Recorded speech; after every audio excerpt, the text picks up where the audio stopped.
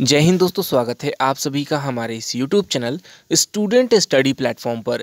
दोस्तों, आज के इस वीडियो में हम बात करेंगे शिक्षा जगत की तमाम बड़ी खबरों के बारे में जो कि आपके लिए अति महत्वपूर्ण है। तो दोस्तों, वीडियो को शुरू करने से पहले अगर आप हमारे चैनल पर नए हैं तो चैनल को सब्सक्राइब कर लीजिएगा, साथ ही बेल आइकन जरूर दबाइएगा। तो शुरुआत करते हैं आज की पहली बड़ी खबर से। तो पहली बड़ी खबर है कि इंटर स्तरीय काउंसलिंग में 61 फर्जी धराएं। तो दोस्तों, ये एक बहुत ही बड़ी खबर है क्योंकि बीएसएससी प्रथम इंटर स्तरीय की काउंसलिंग कल यानी कि 15 दिसंबर से शुरुआत हो चुकी है और पहले ही दिन 61 फर्जी अभ्यर्थी पकड़े गए हैं। तो यहाँ देख सकते हैं कि बिहार कर्मचारी चयन आयोग बीएसएससी की प्रथम इंटर स्तरीय संयुक्त प्रतियोगिता परीक्षा के लिए बुधवार की से काउंसलिंग आरंभ हुई। पहले दिन काउंसलिंग में 61 फर्जी अभ्यर्थियों को चिन्हित किया गया। इन्हें कृष्णापुरी थाने के हवाले कर दिया गया है। बीएसएससी ने मुख्य परीक्षा व काउंसलिंग के दौरान अंगूठे के निशान की मिलान में भिन्नता पाए जाने के बाद 61 अभ्यर्थियों के खिलाफ थाने में शिकायत की है। सभी पर प्राथमिकी दर्ज कर कार्रवाई की जाएगी। आयोग के अधिकारियों का कहना है कि फर्जीवाड़ा रोकने के लिए बायोमेट्रिक अटेंडेंस लिया गया था। कई स्तर पर जांच के बाद ही मेधा सूची प्रकाशित की जाएगी। तो यहाँ देख सकते हैं कि इनका जो है कि पीटी मेंस का जो बायोमेट्रिक लिया गया था, उसी बायोमेट्रिक के आधार पर कल हुए काउंसलिंग में भी उनका बायोमेट्रिक लिया गया। हालांकि उनका बायोमेट्रिक नहीं मिल पाने के कारण उनका जो है कि 61 अभ्यर्थियों को जो है कि पकड़ा गया और उनके खिलाफ थाने में शिकायत भी की गई है। और देखिए, इस सबसे बड़ी चीज़ है कि अभी इस काउंसलिंग में ये एक पहला जो है कि जांच है। पहला जांच कहने का मतलब कि अभी बायोमेट्रिक हो रही है, आपकी डॉक्यूमेंट्स लिए जा रहे हैं, लेकिन अभी अलग अलग स्तरों पे आपके डॉक्यूमेंट्स की जांच की जाएगी। इसके अलावा देखिए, एएन कॉलेज बोर्डिंग रोड में काउंसलिंग 2 शिफ्ट में आयोजित की जा रही है। काउंसलिंग के आधार पर 13,120 पदों पर नियुक्ति की जानी है। 24 दिसंबर तक की काउंसलिंग की प्रक्रिया निर्धारित है और 14 दिसंबर की स्थगित काउंसलिंग को लेकर जल्द ही वेबसाइट के माध्यम से अभ्यर्थियों को जानकारी दी जाएगी। अब यहाँ देखिए, मोतिहारी से आए संजय सिंह ने बताया कि उनके बेटे का चयन काउंसलिंग के लिए हुआ है। 2014 में बना नॉन क्रीमी लेयर प्रमाण पत्र मांगा जा रहा है। उस समय का प्रमाण पत्र नहीं होने के कारण वर्तमान का प्रमाण पत्र दिया गया है और पुराने की डिमांड होने से बहुत परेशानी बढ़ी हुई है। तो बीएसएससी काउंसलिंग में बहुत सारी चीज़ें हैं, जिसमें एनसीएल का भी मुद्दा जो है कि अभी भी छाया हुआ है, क्योंकि रिमार्क्स वाले बॉक्स में जो नए वाले एनसीएल दिए जा रहे हैं उनको रिमार्क्स करके लिख दिया जा रहा है, नए वाले जाति वाले को जो है कि रिमार्क्स करके लिख दिया जा रहा है। हालांकि एनसीएल और जाति के मुद्दे पर विधायक संदीप सौरव जी अपने स्तर से प्रयास कर रहे हैं। मुख्यमंत्री तक को जो है कि इस बात का जो है कि अवगत कराई गई है कि भाई जो है कि पिछड़ा एवं अति पिछड़ा के जो कैंडिडेट्स हैं, SC ST कैंडिडेट्स, उनको कोई प्रकार की दिक्कत ना हो। तो इस तरह से बहुत ऐसे छात्र हैं, अगर ऐसा होता है तो बहुत ऐसे छात्र जो है कि बाहर हो सकते हैं। तो देखिए, यहाँ पर कुछ चीज़ें और हैं यहाँ पर कि 61 फर्जी छात्र जब आपके पकड़े गए एक दिन में, तो सोचने की चीज़ है कि हर शिफ्ट में हर दिन, मैं बता दूं कि पहले शिफ्ट में 30-32 की जो है कि मुझे जानकारी मिली थी। हालांकि ये सेकंड शिफ्ट मिला करके 61 छात्र पकड़े गए हैं। तो मैं बता दूं कि अगर प्रतिदिन छात्र अगर ऐसे ही पकड़े गए तो जो भी 14,410 अभ्यर्थी हैं 13,120 पदों के लिए, उनकी नौकरी लगभग कंफर्म होती चली जाएगी। ऐसा मैं इसलिए कह रहा हूं कि आज अगर 61 छात्र पकड़े जाते हैं तो उसके अलावा भी अगर जो लोग को डर लगेगा वो नहीं आएंगे। कुछ अटेंडेंस भी जो है कि मैं बता दूं कि कल 1-2% थी, लगभग 100% में अटेंडेंस पूरी थी, लेकिन 1-2% थी कि इसकी कोई जानकारी किसी के पास नहीं है। लेकिन फिर भी कुछ अटेंडेंस जो है मुझे पता चला कि 1 जो है कि 100 में से 1 या 2 सीट पे जो है कि छात्र काउंसलिंग देने नहीं आए। उसके पीछे का रीज़न है, वो रीज़न यह है कि बहुत ऐसे छात्र जो है कि कोई दरोगा में शिफ्ट हो गए हैं, कोई BPSC में शिफ्ट हो गए हैं, कोई सेंट्रल गवर्नमेंट के CGL वगैरह में शिफ्ट हो गए। तो इस कारण जो है 1-2 स्टूडेंट है वो नहीं आ पाए हैं। तो इसी तरीक़ा से अगर 14-15 दिन जो ये काउंसलिंग चलेगी, 10-12 दिन जो भी है, तो अगर 61 है तो इस तरह से जो काउंसलिंग में फर्जी और एब्सेंट होते चलेगा, तो जिनका भी यहाँ पे काउंसलिंग हो रहा है, डॉक्यूमेंट्स उनके सही हैं, वो लगभग वो नौकरी की तरफ कदम बढ़ा चुके हैं और वो पीछे नहीं आएंगे। तो ये चीज़ हो गई। अब बात करते हैं कि जो काउंसलिंग तो यहाँ तक चलती आ गई। अब क्या इसमें जो है कि सेकेंड लिस्ट भी आ सकता है।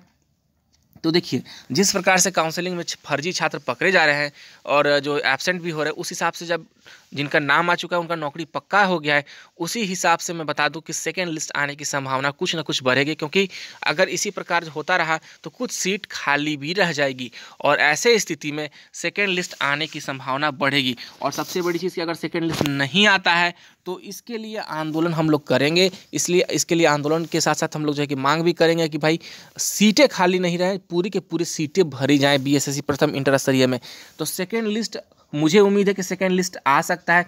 हालांकि ये कितने सीट पे आएगा इसका कहना मुश्किल है, लेकिन सेकेंड लिस्ट आने की संभावना अब बढ़ चुकी है, क्योंकि पहले दिन 61 अभ्यर्थी पकड़े जाने और जो है कि 1 से 2% एब्सेंट होने से जो है कि 13,120 और 14,402 में आप माइनस कर लीजिए, वैसे अभ्यर्थी वैसे भी छट जाने वाले हैं।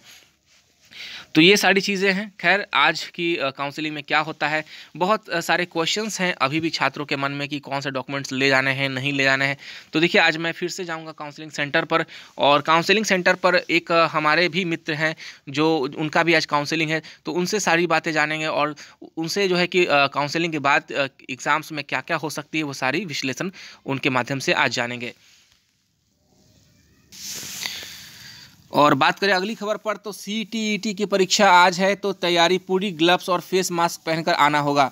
CTET आज से शुरू, परीक्षा से 2 घंटे पहले सेंटर पर पहुंचना होगा। तो देख सकते हैं कि CBSE के द्वारा कंडक्ट कराई जाने वाली सेंट्रल टीचर्स एलिजिबिलिटी टेस्ट यानी कि CTET 2021 बदले पैटर्न पर 16 दिसंबर से 13 जनवरी तक आयोजित होनी है। इसके लिए परीक्षा की तैयारी पूरी कर ली गई है। परीक्षा की तिथि व शिफ्ट का जो है कि फाइनल एडमिट कार्ड पर दिए गए हैं। पहली पारी 9:30 बजे सुबह से स्टार्ट होगी और दोपहर 12 बजे समाप्त होगी। और वहीं बात करें दूसरी पाली की, तो वो जो है कि 2:30 बजे से शुरू होगी और 5 बजे शाम में समाप्त होगी।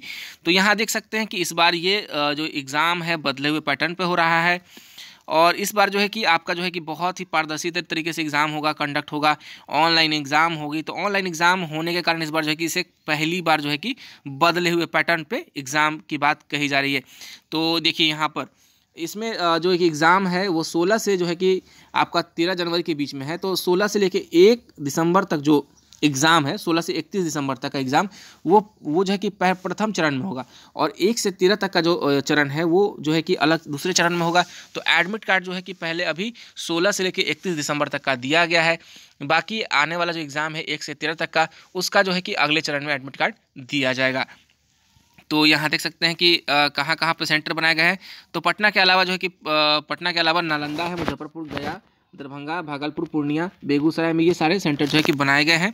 और यहाँ देखिए कौन कौन से क्वेश्चन यहाँ पूछेंगे। तो 150 प्रश्नों के लिए 150 मिनट मिलने वाले हैं। तो देख सकते हैं यहाँ पर कि 150 CTET के दोनों पेपर में 150 मार्क्स के सवाल पूछे जाएंगे। इसके लिए अभ्यर्थियों को 150 मिनट का समय मिलेगा। इस परीक्षा में पेपर 1 में अभ्यर्थियों से बाल विकास और शिक्षा शास्त्र के 30 मार्क्स और 30 प्रश्न, भाषा 1 से 30 मार्क्स 30 प्रश्न, भाषा 2 में देखिए 30 मार्क्स के 30 प्रश्न, और गणित से 30 मार्क्स। तो इस तरह से जो है कि पेपर में आपका सवाल पूछे जाएंगे अलग अलग विषयों से। तो यहाँ पर 150 सवाल होंगे, 150 मिनट भी आपको इस एग्ज़ाम्स के लिए मिलने वाला है। और यहाँ देख सकते हैं कि अगली खबर है कि हेडमास्टर और प्रधान शिक्षकों की नियुक्ति के लिए एक और निर्णय हो चुका है। तो बहुत ही दिनों से अखबारों के माध्यम से ये चर्चा चलती आ रही है। तो 2 महीनों में 46,939 हेडमास्टर और प्रधान शिक्षकों की नियुक्ति होगी, बैठक में निर्णय। तो राज्य में प्राइमरी और हाई स्कूलों में 46,939 हेडमास्टर व प्रधान शिक्षकों की नियुक्ति की अधिसूचना अगले हफ्ते भेजी जाएगी। इस संदर्भ में शिक्षा विभाग और BPSC की उच्च स्तरीय बैठक बुधवार को हुई। BPSC ने शिक्षा विभाग को आश्वस्त किया, अधिसूचना 2 माह के अंदर नियुक्ति करने की पूरी कोशिश की जाएगी। दरअसल शिक्षा विभाग चाहता है कि हर हाल में नए सत्र से पहले हाई स्कूल और के लिए हेडमास्टर और प्राइमरी स्कूलों के लिए प्रधान शिक्षकों की पदस्थापना कर दी जाए। तो देखिए इसके लिए जो है कि कल यानी कि बुधवार को इसकी उच्च स्तरीय मीटिंग भी हुई है, और शिक्षा विभाग खुद चाहता है कि इसकी जो है कि बहाली है नए सत्र में करा दी जाए। तो यहाँ BPSC ने शिक्षा विभाग को आश्वस्त किया है कि बहुत ही जल्द आपकी जो है कि विज्ञापन निकाल के इसकी नियुक्ति करा दी जाएगी। अगली खबर बैंकिंग क्षेत्र से है। तो IBPS RRB PO का रिजल्ट जारी। तो institute of banking personal selection यानी कि IBPS ने क्षेत्रीय ग्रामीण बैंक यानी कि RRBs में प्रोबेशनरी ऑफिसर व स्पेशलिस्ट ऑफिसर SO की जो रिज़ल्ट है वो बुधवार को जारी कर दिया। रिज़ल्ट आप IBPS.in पर जाकर देख सकते हैं। उम्मीदवार अपना रजिस्ट्रेशन नंबर और पासवर्ड दर्ज कर रिजल्ट देख सकते हैं। IBPS स्केल 1, 2, 3 पदों पर भर्ती के लिए शॉर्टलिस्ट हुए उम्मीदवारों को इंटरव्यू राउंड के लिए बुलाया जाएगा। इंटरव्यू राउंड में पास होने वाले उम्मीदवारों को का चयन इन पदों पर अंतिम भर्ती के लिए किया जाएगा। तो यहाँ पर देख सकते हैं कि IBPS PO का जो है कि रिजल्ट जारी कर दिया जा चुका है। तो जो भी छात्र इस परीक्षा का एग्ज़ाम दिए थे वो अपना रजिस्ट्रेशन नंबर और पासवर्ड डालकर अपना रिजल्ट देख सकते हैं। बात करें अगली खबर पे तो सिमतुल्ला विद्यालय में 127 पदों पर की जानी है नियुक्ति। तो देखिए सिमतुल्ला आवासीय विद्यालय जो कि जमुई जिले में स्थित है और काफ़ी फेमस स्कूल है। तो यहाँ देख सकते हैं लगभग 15 साल बाद सिमतुल्ला आवासीय विद्यालय में 62 शिक्षक और 63 शिक्षकेतर कर्मियों की नियुक्ति का रास्ता साफ हो गया है। इसके अलावा विद्यालय में प्राचार्य और उप प्राचार्य पद पर भी नियुक्ति की जानी है। शिक्षा विभाग ने कुल 127 अस्थायी पदों के लिए सृजन के लिए बुधवार को संकल्प जारी किया है। आधिकारिक सूत्रों के मुताबिक प्राचार्य और उप प्राचार्य की नियुक्तियां BPSC और शेष नियुक्तियां विभागीय उच्चाधिकारी समिति कर सकती है। हालांकि इस संबंध में अभी अंतिम निर्णय लिया जाना बाकी है और प्राचार्य का वेतनमान जो है 1,18,500 और उप प्राचार्य का वेतनमान 78,800 रुपया निर्धारित किया गया है। तो सिमतुल्ला आवासीय विद्यालय जो कि बहुत फेमस है मैट्रिक के रिज़ल्ट को लेकर कि मैट्रिक का रिज़ल्ट जो है कि 100% वहाँ का रिज़ल्ट आता है, उसी विद्यालय में जो है कि 127 पदों पे यहाँ पर नियुक्ति की जानी है। और अगली खबर है कि मैट्रिक की प्रैक्टिकल परीक्षा 20 जनवरी से। तो देख सकते हैं कि इस बार जो मैट्रिक का फाइनल एग्जाम देने वाले छात्र हैं 2022 में, उनकी प्रैक्टिकल परीक्षा 20 जनवरी से स्टार्ट होगी। तो मैट्रिक वार्षिक परीक्षा 2022 में शामिल होने वाले स्टूडेंट्स का इंटरनल असेसमेंट व प्रैक्टिकल परीक्षा 20 जनवरी से 22 जनवरी के बीच में होगा। इंटरनल असेसमेंट को लेकर सभी सामग्री बिहार विद्यालय परीक्षा समिति ने उपलब्ध कराएगा।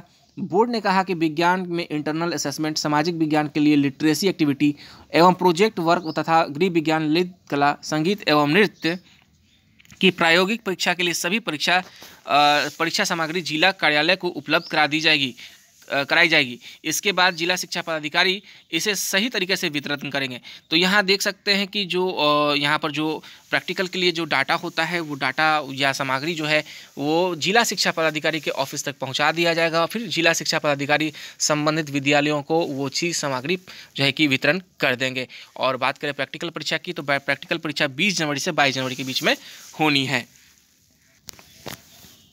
तो चलिए दोस्तों, आज शिक्षा जगत की खबरों में बस इतना ही। आप सभी का बहुत बहुत धन्यवाद। साथ ही शिक्षा जगत की अन्य खबरों को पाने के लिए चैनल को सब्सक्राइब कीजिएगा, साथ ही बेल आइकन जरूर दबाइएगा दोस्तों। धन्यवाद।